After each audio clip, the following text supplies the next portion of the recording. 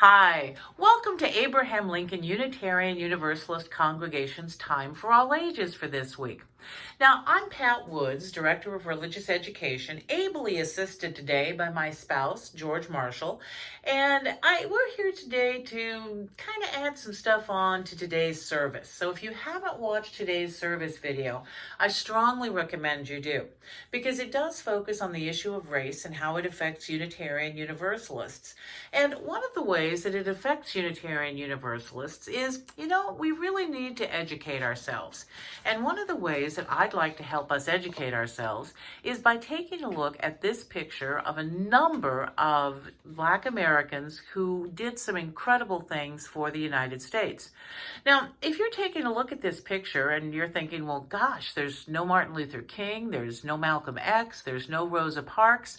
Yeah, because those are the folks that typically make it into the history books. These are the folks that don't typically make it into the history books, and they should.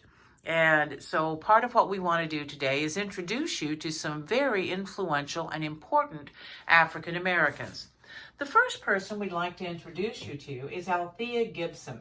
Now, she's one of my favorite people because I played tennis when I was a kid, and I thought she was just stellar.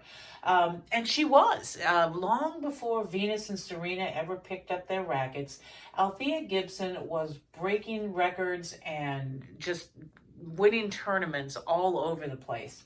Now, in 1950, she had been winning local and regional tournaments, but she was barred from participating in any national tournaments because she was Black. And a lot of intense lobbying and her persistence actually paid off that year because she became the first African American to compete in the U.S. National Championships, what would become the U.S. Open. In 56, she was the first Black player to win a Grand Slam tournament in France, and then the next year, she was the first Black player to win Wimbledon. By the time she retired, she had 11 Grand Slam titles, and she was the world's top-ranked female tennis player. Now, she took up golf at 37, and she was just as good at that as she was at tennis.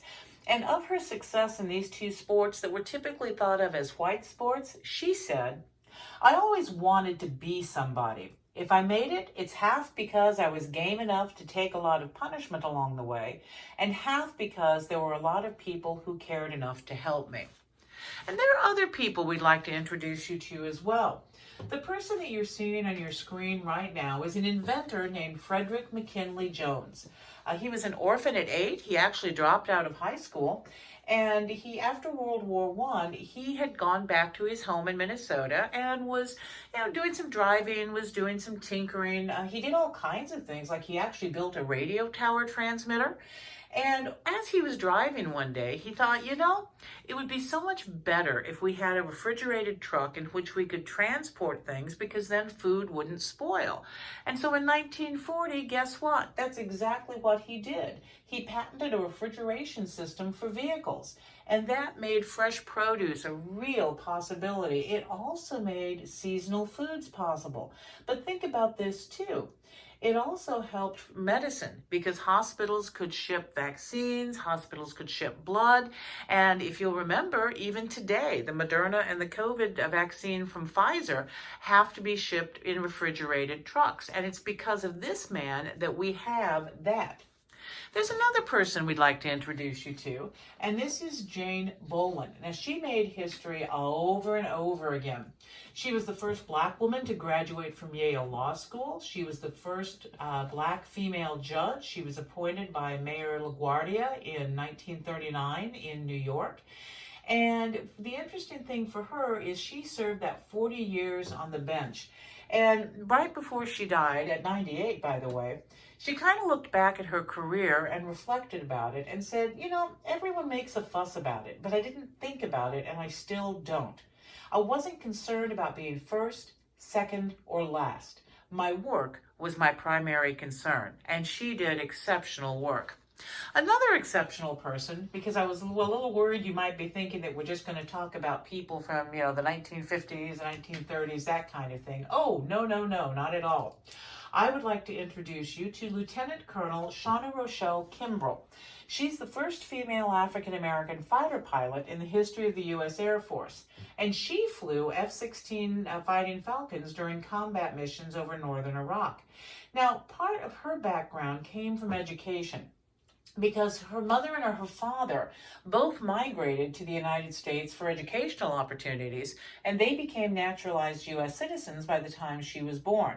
So her dad earned a degree from Harvard, a doctorate from Purdue, and then their focus on education was just huge for Kimbrell and for her siblings. She says education was the thing that opened doors. If you got your education, you could do whatever you wanted to. That was how our house was run. Now, the reason I wanted to introduce these people to you, and we'll go back through the pictures so you can get a second look at them, but the reason we wanted to introduce you to these folks was because these are people that, again, you should be hearing about.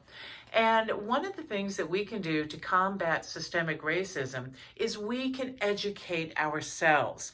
I've been reading a book recently. It was written by a Black lady from London. And in it she says, I'm so tired of talking to white people about race. And the reason she gives for that is because, well, it's 2021. At this point, we probably ought to realize that we do have issues with race, and the only way that we're going to fix those issues with race is by educating ourselves. Well, one of the first things to do is to educate yourself about the people that nobody told you about, because only when we allow people to be invisible do we forget about them, and we don't want to forget about anybody. Remember our first principle, the inherent worth and dignity of every person. So go find out about somebody that you didn't know about. And we'll see you back here, same time, next week. Bye-bye.